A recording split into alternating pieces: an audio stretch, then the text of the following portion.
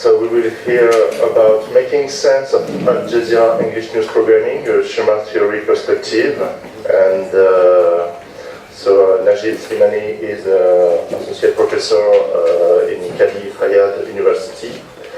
And so for 20 minutes. Thank you. Good morning, ladies and gentlemen.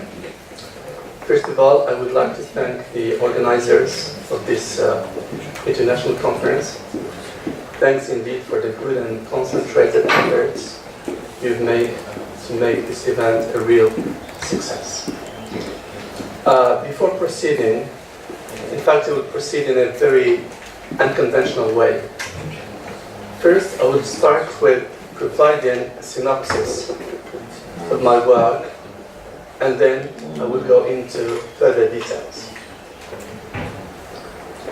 Realizing that there is a scarcity of information on how authentic English televised news discourse is processed by non-natives, I sought to examine how Moroccan university students, in particular students doing English-related studies, process Aljazeera English news programming. And this shows from the title of the paper, Making Sense of Aljazeera English Televised News Programming, a Schema Theory Perspective. The choice of Aljazeera English televised discourse among a plethora of other discourses could be justified by a personal academic research that I conducted about Al Jazeera effects on Moroccan viewership. This study revealed that Al Jazeera English constitutes a favorable viewing option for English literate Moroccan viewers. Thus, the present work may be taken as a follow-up to the previous one, in the sense that it focuses on how non-native viewers' background knowledge mediates their comprehension and recall of authentic English news programming. As a theoretical reference, I opted for the schema theory. In fact, I conducted an experimental research to examine to what extent the premises of this theory could truly capture non-Western thinking. The innovativeness of this work lies in the fact that it could be the first of its kind to engage non-Western respondents. This said, this work remains a sort of replication of Western research undertaken within this framework.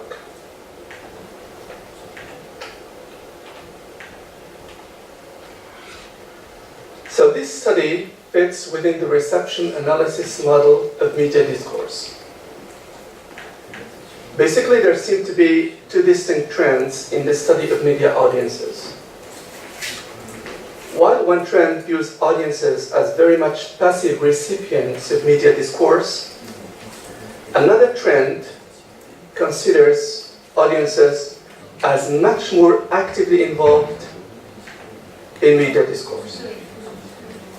The present study is modeled around a reception analysis model which presupposes that audiences can be active media discourse receivers as well as potential meaning makers.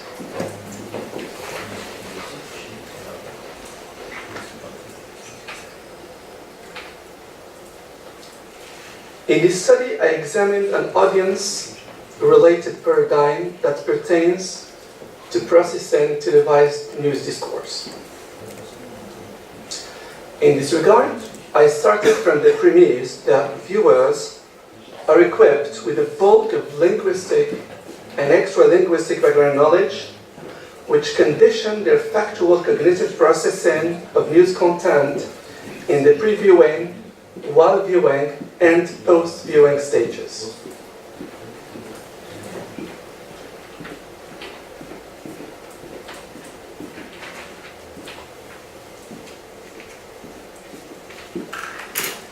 In the present investigation, I opted for the schema theory, a theory that was pioneered by Carrel. And I used this theory as a reference to seek insights into several aspects of a discursive nature. In particular, how televised news discourse is cognitively processed by Moroccan university students.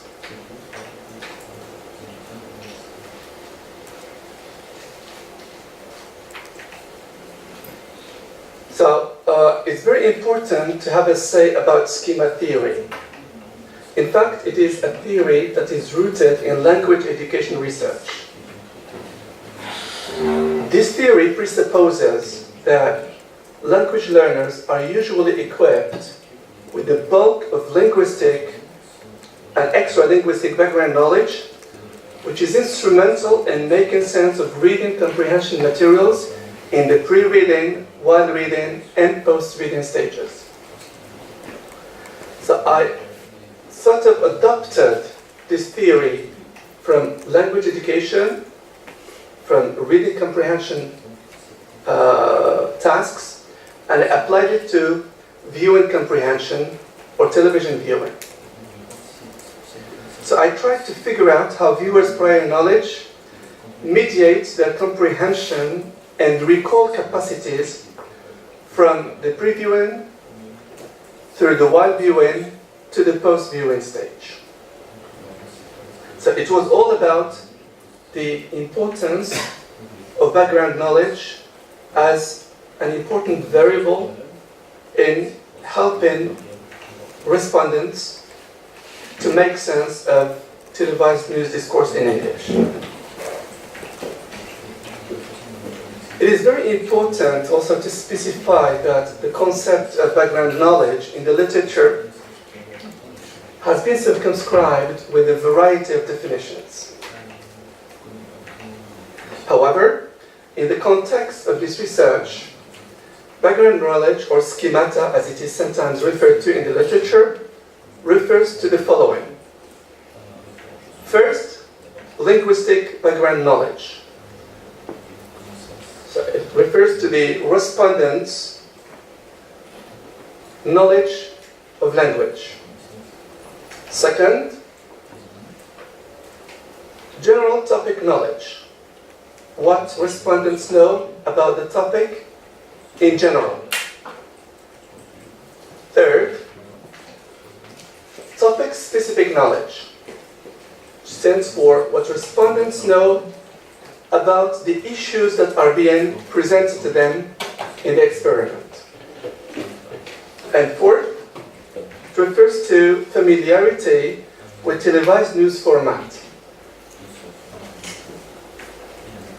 How respondents are used to process televised news information.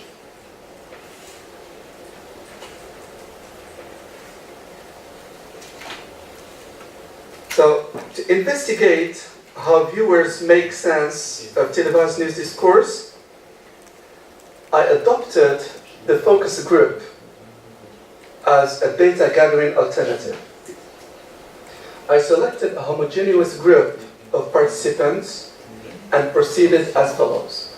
I said homogeneous group because I was cautious to select respondents with a specific profile. For example, respondents who have a high level of linguistic literacy,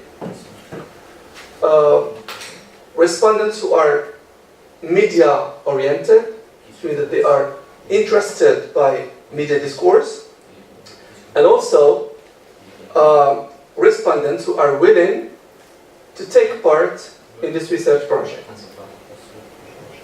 Then I proceeded as follows. I used the interview technique, and here I need to specify that the interview was, I used a sort of informal interviewing, just to make sure that the respondents are aware of some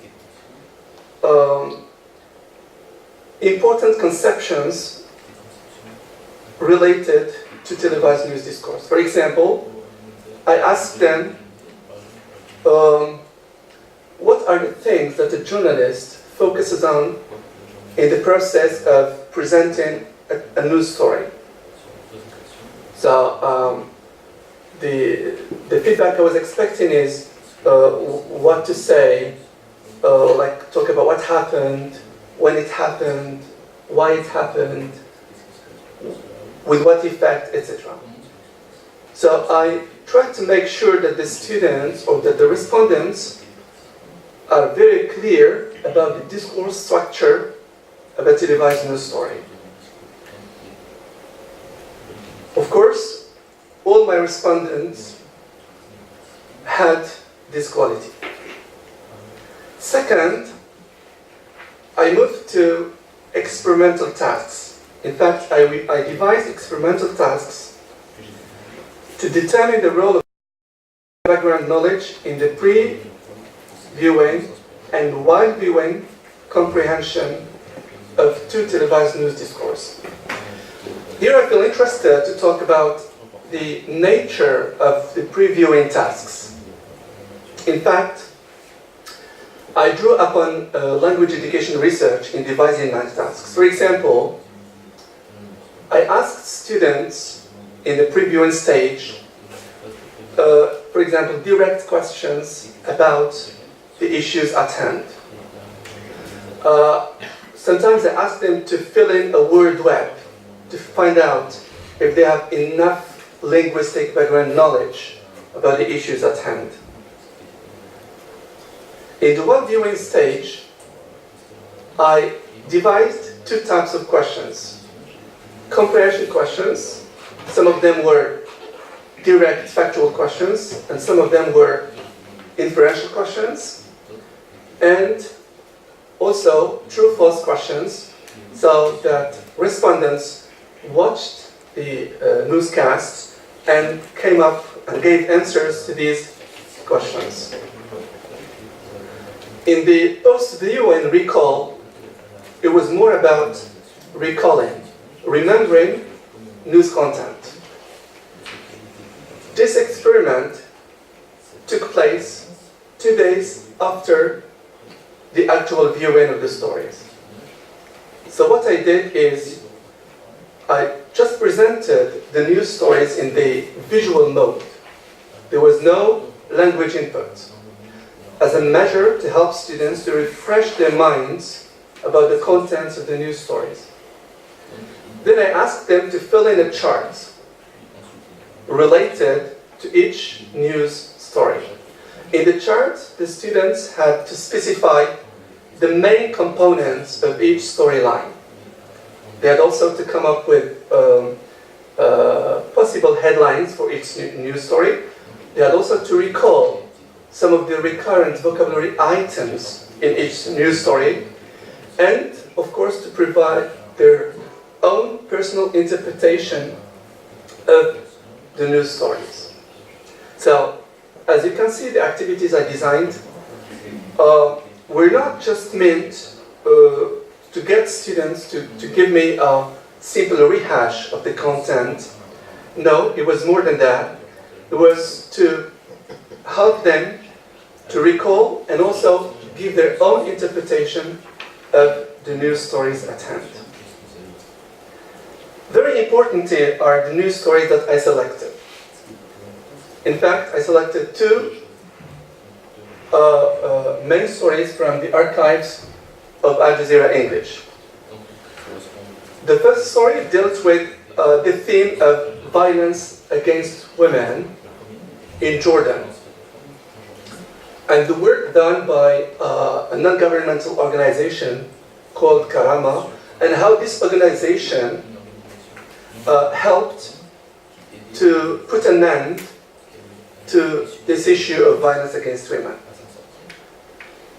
In fact, I chose this issue because I am fully convinced that it has utmost importance across the Arab world, and maybe even in the Western world.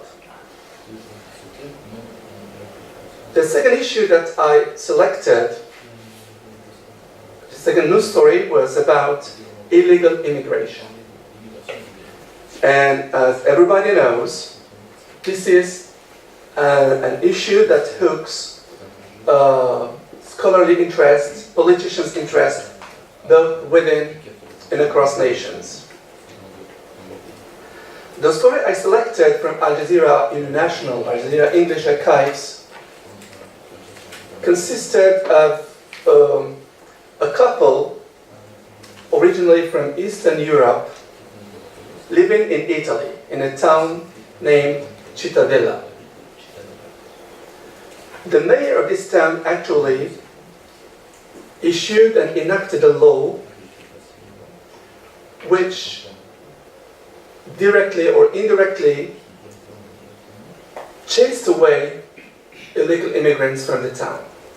For example, as a condition, the mayor stated that to be a resident in the town, you need to have a certain monthly income. You need to have certain living conditions. And of course, illegal immigrants did not have these conditions. And the report, the news report, in fact, focuses on the embarrassment and the misery that this Eastern couple experienced in this town of Cittadella. Of course, this couple is just a micro example of, countless cases across Europe. So I chose again this issue because I knew beforehand that in Morocco this is a prime issue, and also for Europe, for Spain, for France, for Italy. Everybody knows what's going on in Lampedusa in Italy, what's going on in other cities across the Mediterranean.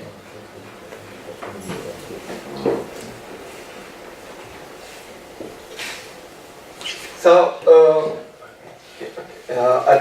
for the analytical procedures, it is very important to specify that I adopted a researcher-bound analysis. But as a researcher, I observed the processes the participants used to comprehend and recall the discourse structures of the broadcasts and their study. Actually, I conducted a nominal rather than numerical analysis of how background knowledge mediated viewers' comprehension of the broadcasts before they watched, while they watched, and after they watched them. My analysis was, of course, modeled around the research questions I made about the probable significance of viewers' background knowledge in televised news discourse comprehension and recall.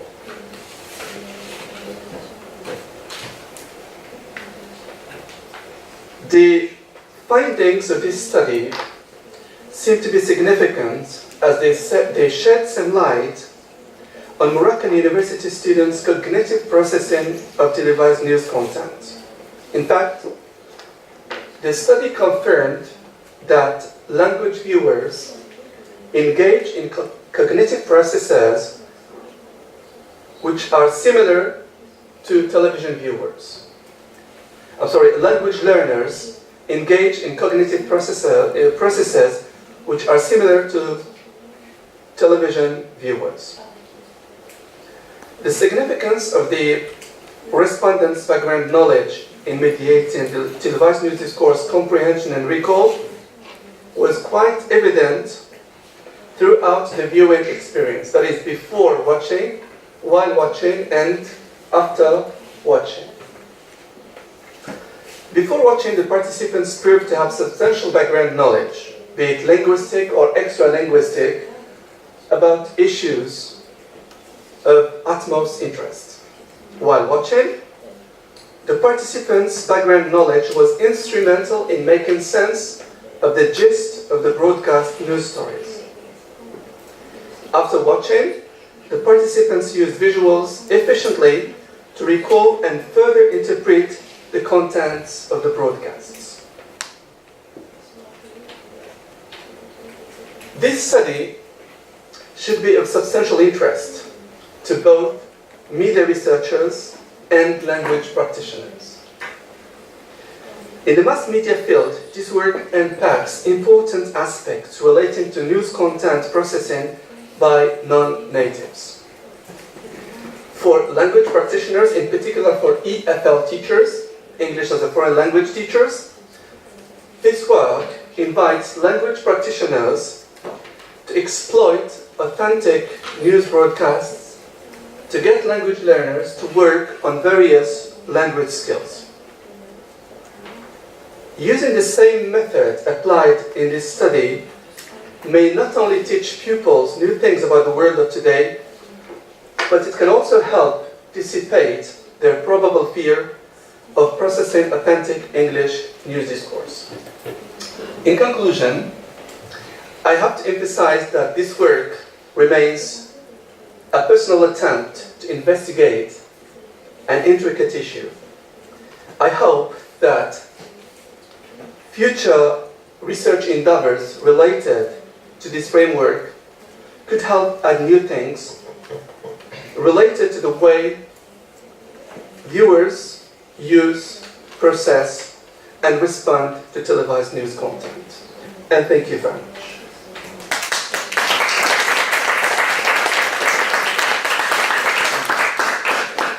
Thanks a lot. I have just two quick questions. One on the methodology you made during the while watching stage.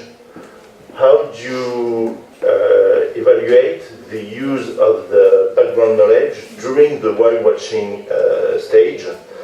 And well, I think I'll just wait for your answer because before I ask the second question. Mm-hmm. Okay, thank you very much. Actually, as I specified in my presentation, in the while viewing stage, I asked direct comprehension questions and also inferential questions. In fact, I asked 5 comprehension questions and 5 true-false questions related to the content of the news story. Then I assessed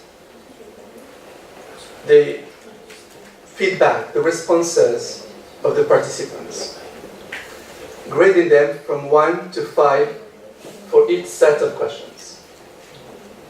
And then I converted the raw scores and I tried to analyze the implications to understand or to come to terms with how participants understood the gist of the news stories.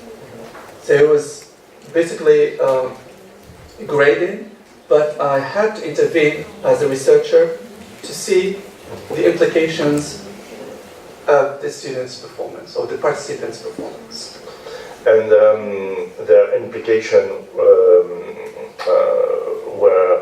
evaluated on the basis of their understanding, but do you take into account the emotional impact of the news in your study? Because sometimes it might be very interesting to estimate the implication of the student and their understanding and how emotional response may help to understand some subject and some topics. You're right. I mean, the emotional response of the participants is very important. And actually, as I explained before, I made sure that I selected news stories that were within the circle of interest of my respondents. However, I mean, you're right. I mean, this parameter could be taken into consideration. However, in my study, this was not a variable to be considered, Okay. but it remains very, very important and worth considering. And maybe one last thing about comparing the audience. Do you have any interest in this study to do a comparison between different kind of audience, maybe this could be as a follow-up to this study. Why not? Yeah. Maybe I could, for example, in selecting my focus group, I didn't take into account the gender orientations. For example, female or male. I just selected randomly a sample of respondents. However, a future research could involve gender as an important variable. I mean, do, for example, males interpret the newscast the same way as females? And this could, of course, constitute an important research access, although I didn't include it actually in my present study. Okay, thank you. Maybe one question? Thank you. I would like to go back to the linguistic and extra-linguistic background that you mentioned. I would like to know, which skills or variable did you take into account to define this kind of background? And how do linguistic and linguistics variables interact? Sure, thank you very much. This is a very important question actually, because the linguistic background knowledge and the extra-linguistic background knowledge may seem to be two things apart, but actually they are so interlinked together. However, I need to specify that what I meant by linguistic background knowledge in the context of this study is the respondents' knowledge of the language, their ability to understand the content, the linguistic content of the news stories, their ability to retrieve important keywords in the news stories, their ability to comment on and interpret the contents of the news stories. So this is what I mean by linguistic. And actually, the participants' linguistic knowledge is a cornerstone in this study, because I could imagine myself conducting a similar study with respondents who are at the beginning level, for example. This study could only be accomplished and achieved with students who have an upper intermediate level and proficiency level, for example.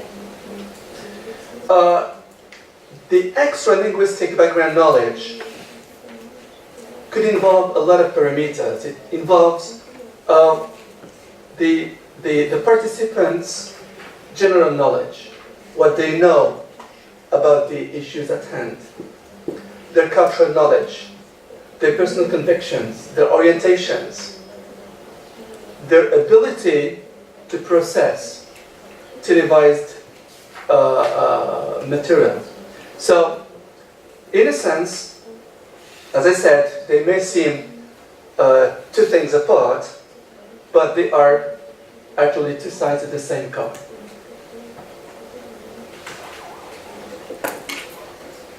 Okay. Is there any other questions? One here, Nathalie. Je peux la poser en français parce que je suis pas sûre de maîtriser tous les mots en anglais. Donc, comme le schéma est intéressant, le schéma qui représente les différentes compétences du public, mais donc le support qui est utilisé, c'est un support multimodal, la télévision. Donc il y a du son, il y a des images. Et est-ce que tu t'es intéressé justement, est-ce que tu as fait une étude sémiotique du support, et est-ce que tu as essayé de distinguer si les images uniquement peuvent déjà apporter les connaissances nécessaires, ou donc quelle est l'importance finalement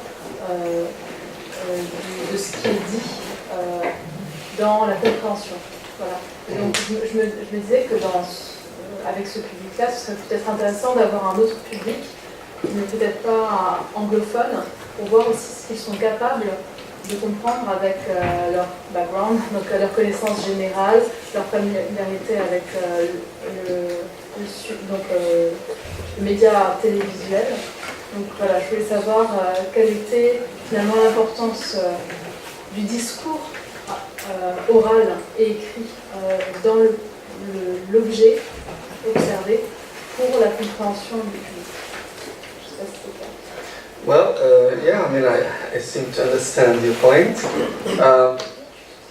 Yes, actually, I need to let you know, as I explained in my presentation, my study is, in fact, a replication of Western research. In fact, a lot of studies were undertaken in this respect in the United States, particularly. In the non-Western context, yes, I agree, it would be of great importance to conduct the same study in different contexts and then evaluate the feedback. Is it the same or is it different? However, I need to point out that my study can still be extended in different ways. For example, the data could be enlarged. It could use a larger data, different news stories with different levels of complexity, and see if, for example, less complex stories are processed in the same way as more complex ones. But still, the stories I used, and I call it le support that I used, in fact, I was very cautious to select stories with a very specific profile. Stories that have a very clear discourse structure. I mean, in the story, in the news reports, it could be manageable for non-native speakers to understand the discourse structure of the news stories. Who says, or what happened, how it happened, why it happened, etc. So I used stories with a manageable audiovisual content. And yes, I gave questions which are pertinent and which, in fact, helped me to find out the results I was looking for. So this is it. So the news stories were within the understanding, within the reach of the students' linguistic and extra-linguistic knowledge. I hope I did answer your question. Thank you. You're welcome. Okay, thank you. If there is one last very quick question. No? Okay, thanks a lot. Thank you very much. Thanks a lot. Thank you for your very careful attention.